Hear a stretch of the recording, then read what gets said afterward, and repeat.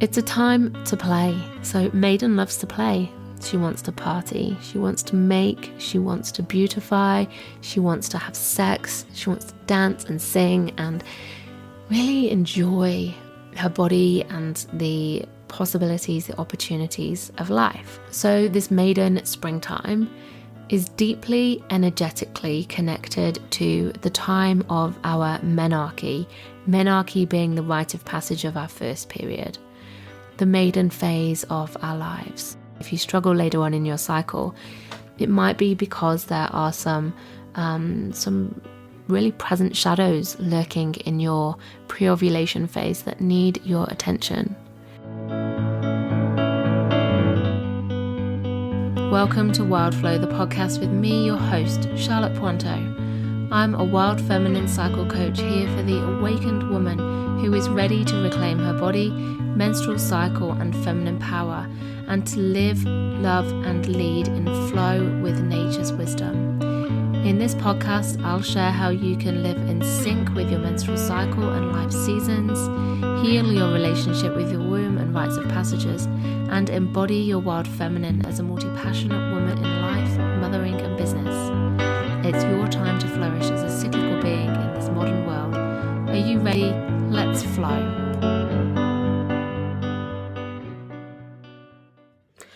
Hello and welcome back to Wild Flow. It's great to have you here. Oh, how are you doing today? We have just passed the full moon in Aries and it's felt like a really big full moon. I've heard so many people saying that they felt particularly thrown around or emotional, or there's been lots of big moon energy influencing them this week. How about you? How have you been?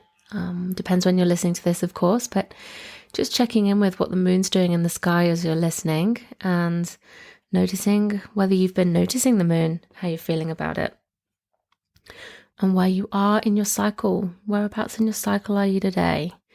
How are you feeling being in your body today? Just taking a moment to check in. So today is day 29/1. So, my bleed is just starting to arrive, just the first signs of spotting of blood. And I'm just feeling quite energized today. I felt like I woke up with somewhat of a spring in my step, which is curious because this week I've been feeling really scattered and tired, and I've had this morning though I did say, my lower back, like it's been a bit tender and achy this week, and I really felt it this morning, but I don't feel tired. I feel quite energized, which is really interesting. I don't normally feel like this as my bleed begins. And so I really wanted to record this podcast before I surrender to my flow, to my bleed, and drop into the moon cave, as it were, which will be when I come back to myself. And if you haven't listened to the previous episode to this, The Sacred Art of Menstruation, then go and listen to that, because that'll give you some idea as to what I'm just about to surrender to, welcome in, and really, let take over for the next few days as much as I possibly can, given that today is Friday and it's the weekend and I've got 3 small children, so it's never just a straightforward weekend. If anything, it's harder to have time for myself until they go to sleep. So that's the challenge. But that's my cycle check-in. I'm feeling grounded and calm, and I guess mentally slower, but my body physically doesn't feel tired, doesn't feel sore at all. It just feels quite feels quite energized. So that's what it feels like to be in my body today. So today's episode is the second in a mini 4-part series, deep diving into the 4 phases of the menstrual cycle. So as I said last episode, we began with the first phase of the cycle, the menstrual phase, in the episode called The Sacred Art of Menstruation. And today is all about the next phase, the pre-ovulation phase, which begins when your bleed ends, approximately a week there, give or take, into your cycle. It's when your energy starts to change. So your energy can be quite low while you're bleeding, or it might not. Like I said, I'm currently feeling like I've got some energy, but it's when you notice a shift within yourself as your hormones start to rise. And it's when your body starts to lift out of that deep inner winter rest phase. So this phase, this pre-ovulation phase is like the shoulder season, if you like. It's like the shoulder season between the two poles of the cycle, being menstruation, which is your bleed, and then ovulation, which is when the egg is released from your ovaries. So this is the halfway, this is the midpoint. What's happening in your body now is when the eggs that started to mature and ripen as follicles in the ovaries, they are now at a threshold point, and one of those many follicles is suddenly becomes clearly like the dominant follicle. And so all of the others, they stop maturing, and this main dominant follicle ripens into its full size egg in this phase. So the egg is actually the largest single human cell in the body, and you can see it without a microscope.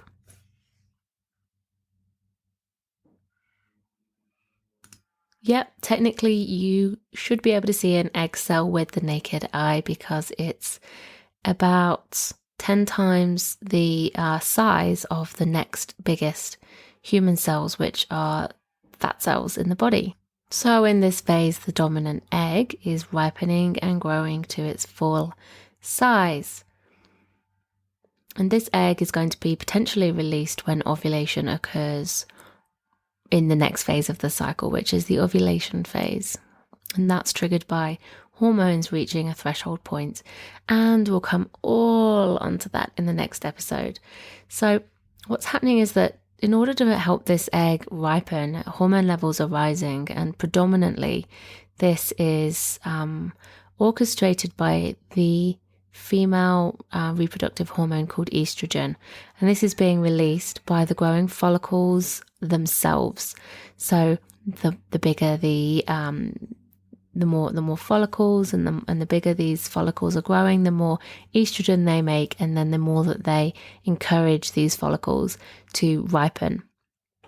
And so as this egg grows, it produces more estrogen, and it goes round and round like that, so encouraging itself to grow. Your womb lining is thickening now in preparation for the egg to be released at ovulation.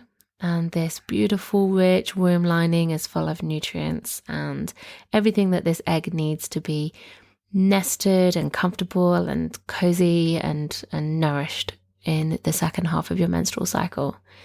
It's also because of the hormones rising when your cervical fluid will start to increase, so discharge.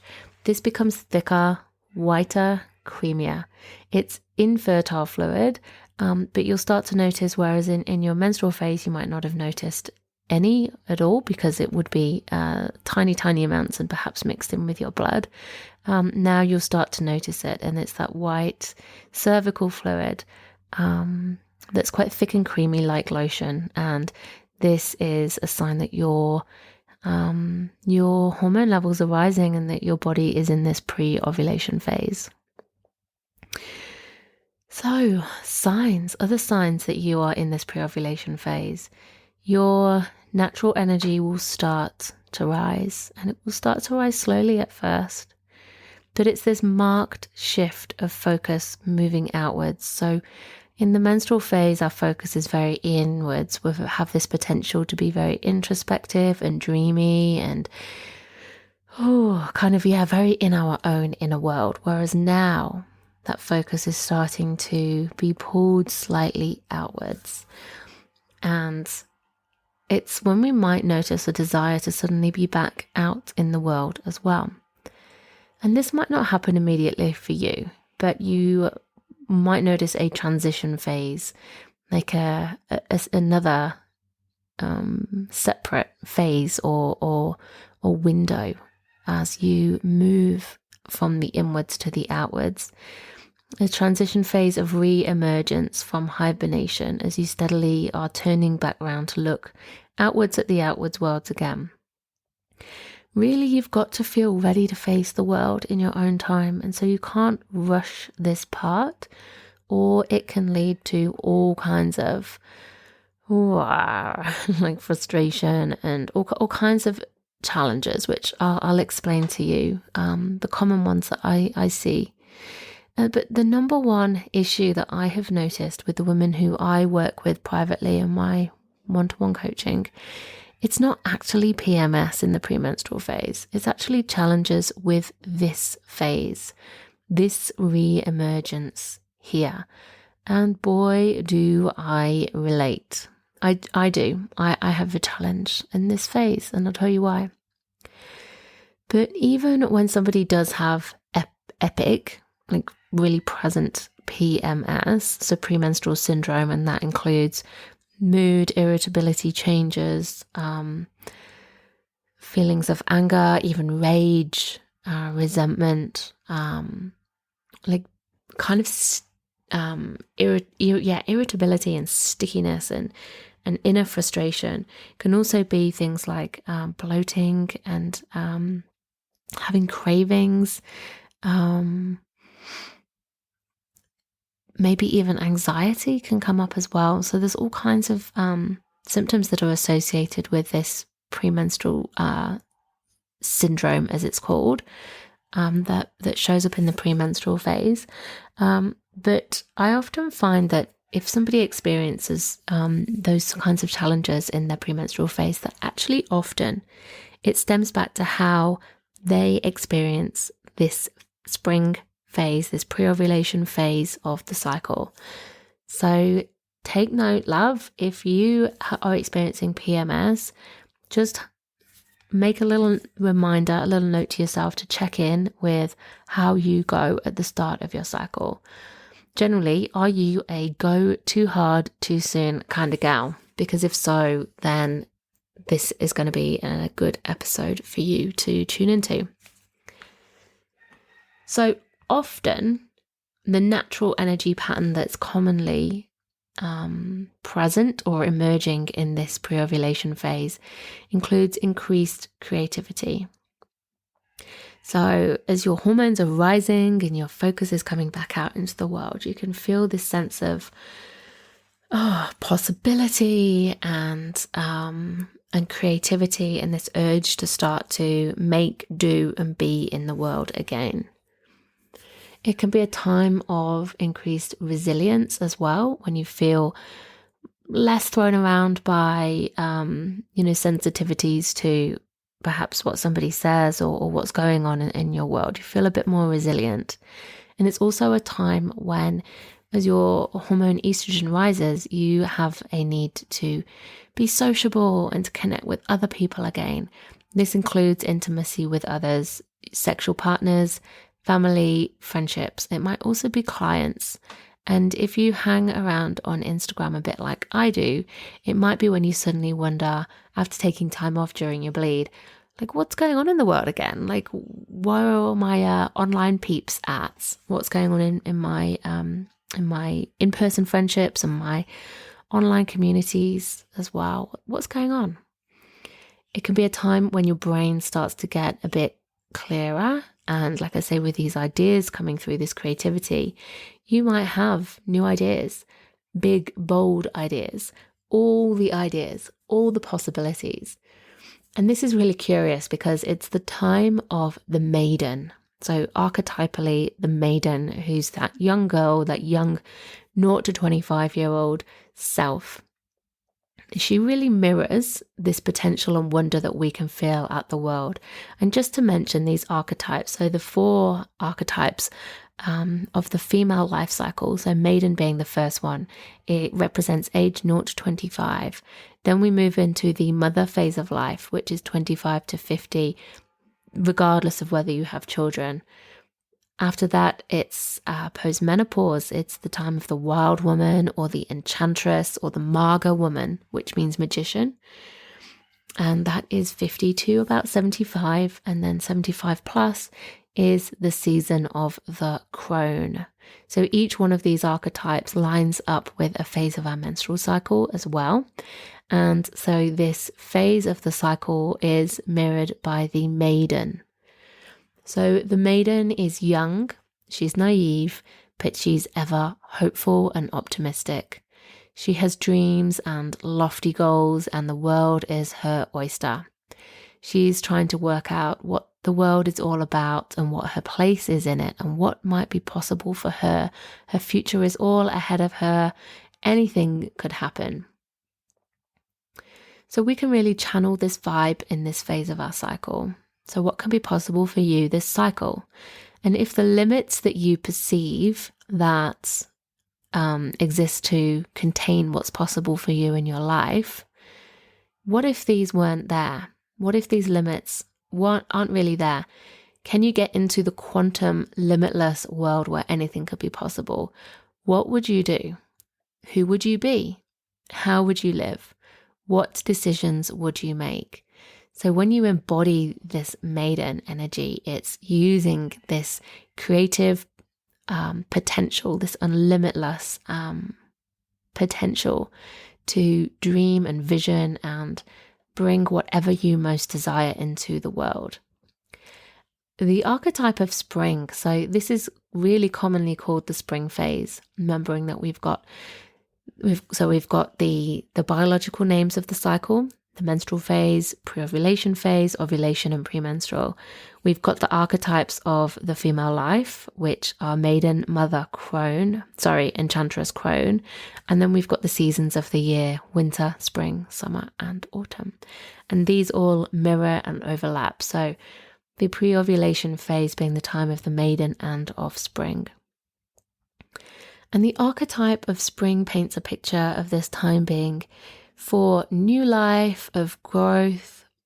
It's a time when seedlings have germinated and are well and truly sprouting. So the seeds of intentions that you planted in your inner winter, in your menstrual phase, are now germinated, they're growing, they're sprouting. And I really love the analogy of gardening. I like to think of this as being a time when we would weed out some of those weaker sprouts so that the space, light, water, and nutrients that those weaker seedlings are taking up can all be directed and consumed and dedicated to the strongest sprouts. So if you love a bit of gardening like me, you'll know how that's true for heaps of veggies. You've got to thin out the clumps so that they've all got a bit more space and room to breathe and grow. And so instead of there being multiple sprouts, you just leave the strongest ones to grow. Well, that's the same here with how you direct your energy in spring, in your maiden pre-ovulation phase. So instead of directing all your energy everywhere, how can you be really discerning and choose wisely where to spend your energy this cycle? So it's a good time for deciding. So we have to balance out the maiden's eternal optimism and energy, the one who wants to go too hard, too soon, and be out in the world, partying, sleeping all day, but, being here, there, and everywhere. We have to rein that in and balance it out by thinning out our activities. So it's tempting to go hard here when we feel like we're back, baby, back from the moon cave, the menstrual phase, back out in the world. But you've got to take it slow. Be wise about where you put your energy and leave those weaker sprouts, if you like, those ideas, those activities, to another cycle when it might be their time to thrive. It's a time to play. So Maiden loves to play. She wants to party. She wants to make. She wants to beautify. She wants to have sex. She wants to dance and sing and really enjoy her body and the possibilities, the opportunities of life. So these can be some really beautiful things to connect with in this phase of your cycle. And, that might be very literal for you, but it might be just worth looking at what play means to you, pleasure, and how can you enjoy this rising energy and take that wonder and possibility into your day-to-day life with you. Now, on the flip side, as with all phases, all life stages, all experiences, there are joyful aspects, but there's also shadow aspects as well, which is where our challenges live, our fears, our limiting beliefs, concerns, things that don't feel easy and come naturally to us. This is where the darkness lives. So the spring shadows, there can be plenty of them. And like I say, there are many aspects to this phase that can bring up a lot of discomfort, and this can potentially throw out your whole cycle. So like I said, if you struggle later on in your cycle, it might be because there are some really present shadows lurking in your pre-ovulation phase that need your attention. So this maiden springtime is deeply energetically connected to the time of our menarche being the rite of passage of our first period, the maiden phase of our lives. So it's connected to how you were supported, welcomed, prepared, and guided before and after your first period, whatever age that was for you. So whether you were still primary school, or whether you were high school, or whether you were, considered young for your age, kind of average or a bit later, what was going on for you? Because the life experiences that you had in these formative years directly become a part of your life story, of your rites of passages and your menstrual story. The things that were going on in your life and the role that you played in those early years. So whether you were safe and able to be the young carefree girl maiden, or whether you had to take on some more responsibility, grow up a bit faster because of whatever was going on in your world. So whether you were celebrated and honored or shamed and silenced for who you were becoming and the way your body changed, all of these things, it imprints you with your sense of worth, your identity, the value that you perceive to be attached to you growing into this new body, this new phase of life. And it really informs the patterns that play out across your later life. So your future rites of passages and the physical rites of passages for women identifying people, it begins with, well, for all of us, it's our birth into this world. But these physical rites of passages, the blood rites, are your menarche, your first period, your menstrual journey, and that includes birth. So if you birth your own children and becoming a mother, and then menopause, which is the end of your cycle, and ultimately death. So how you experience your maiden years becomes how you experience your future rites of passages, and it impacts your self-belief to the point of shaping how you are able to pursue and prioritize your dreams, your desires, and your basic needs. So how you feel about being able to take up space as a woman identifying person. How you make decisions is affected. The things that you believe to be true about who you are. Your ability to take it slow, to rest, to trust that all is well without you needing to step in and control things, for example, that can all reveal itself in your spring phase. It can also show up as rushing back out from bleeding, back into being superwoman, or perhaps you never really stopped during your bleed and you are always trying to keep pushing on and keep being superwoman. Perhaps you just really struggle to receive help and you can't delegate. You can't switch off. Perhaps you really need to feel needed, to feel useful, to have a purpose. And these slower parts of your cycle really, really challenge you.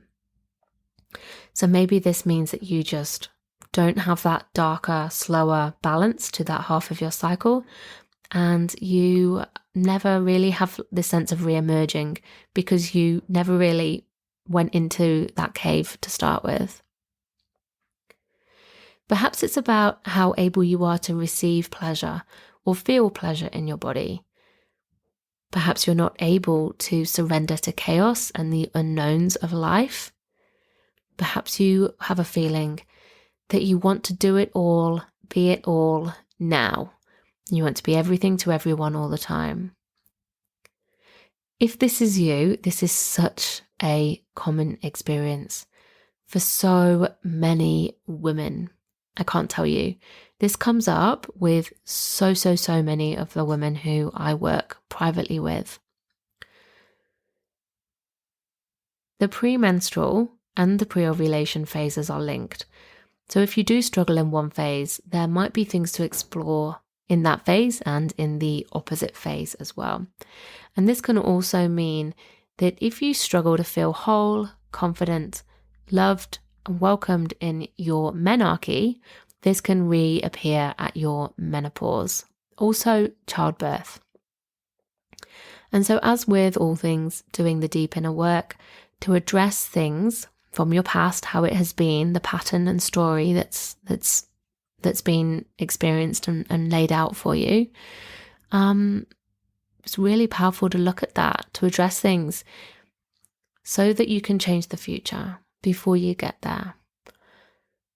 So wherever you are in your journey, it's really powerful to be able to look back and see the stepping stones of what has brought you to the present day, to go deep into noticing, not just looking at the surface level events, but looking at really what happened, really how you felt about it, to go into these deeper layers, to feel the feelings in your body and then to liberate those feelings through, I like to use feminine embodiment practices.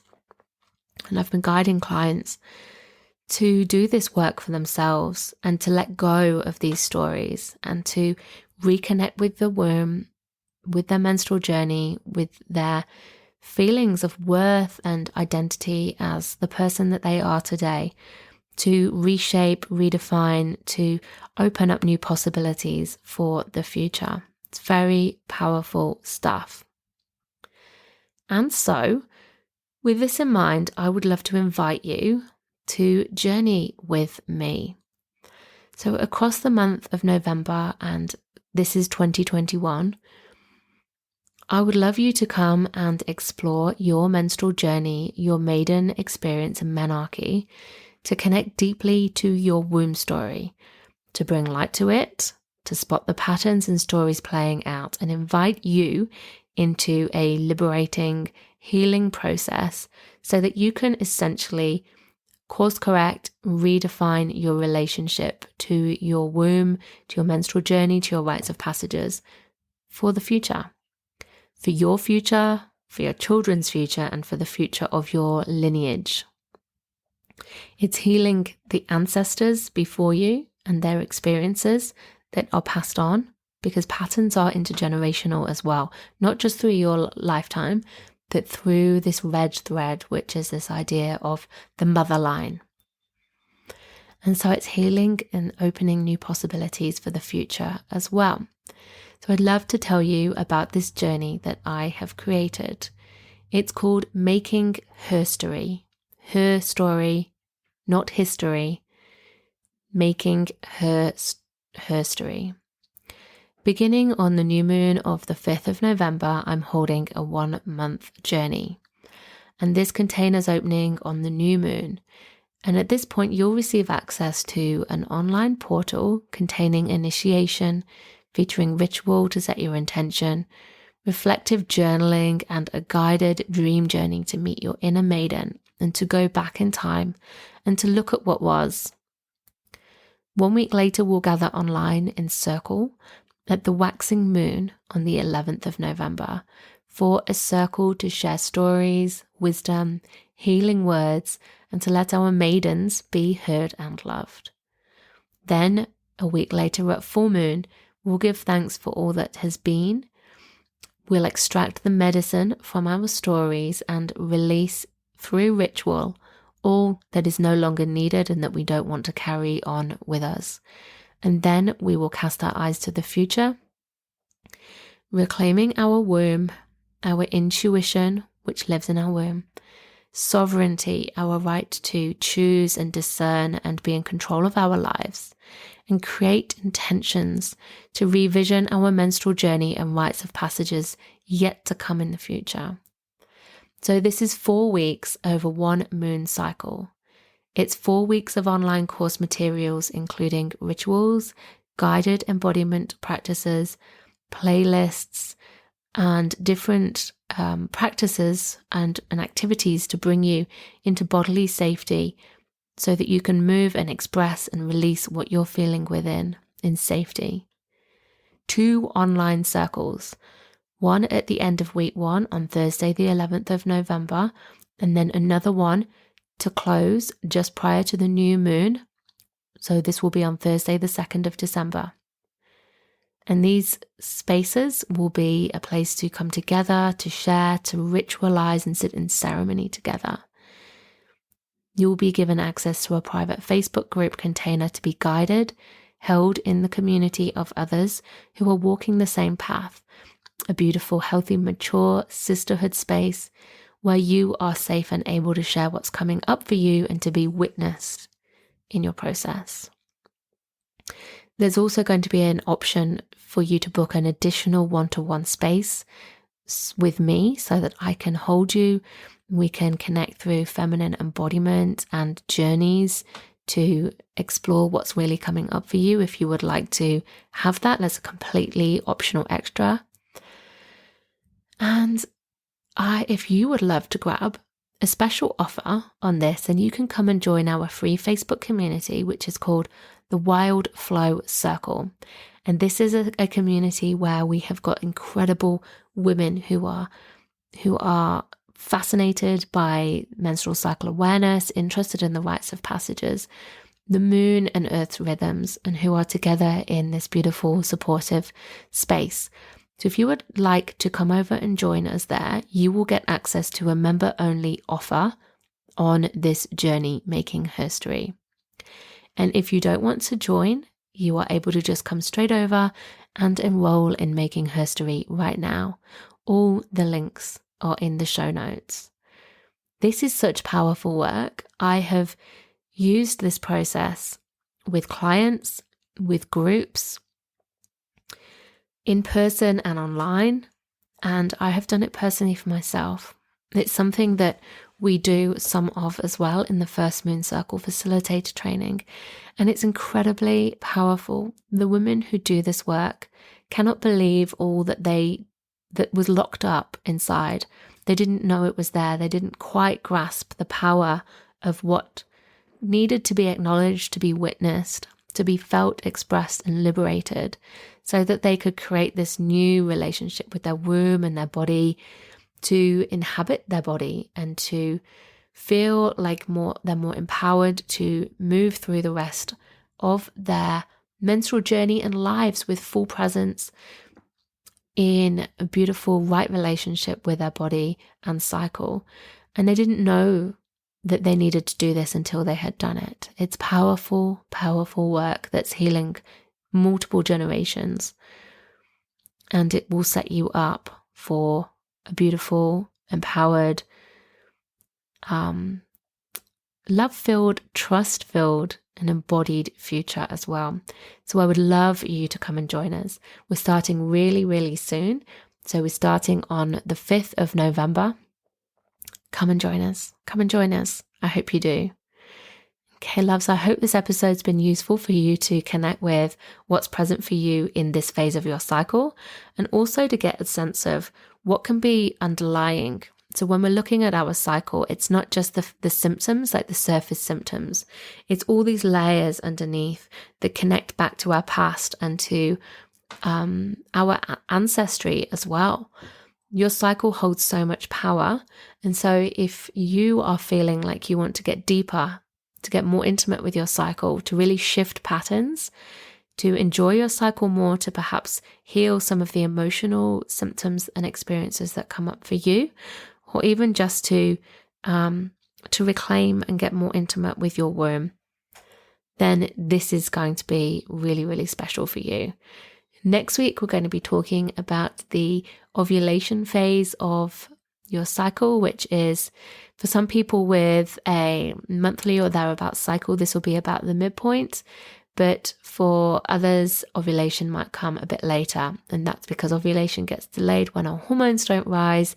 And so this inner spring phase, this pre-ovulation phase, can be extended, which can also be another challenge of this phase, to be honest, as well.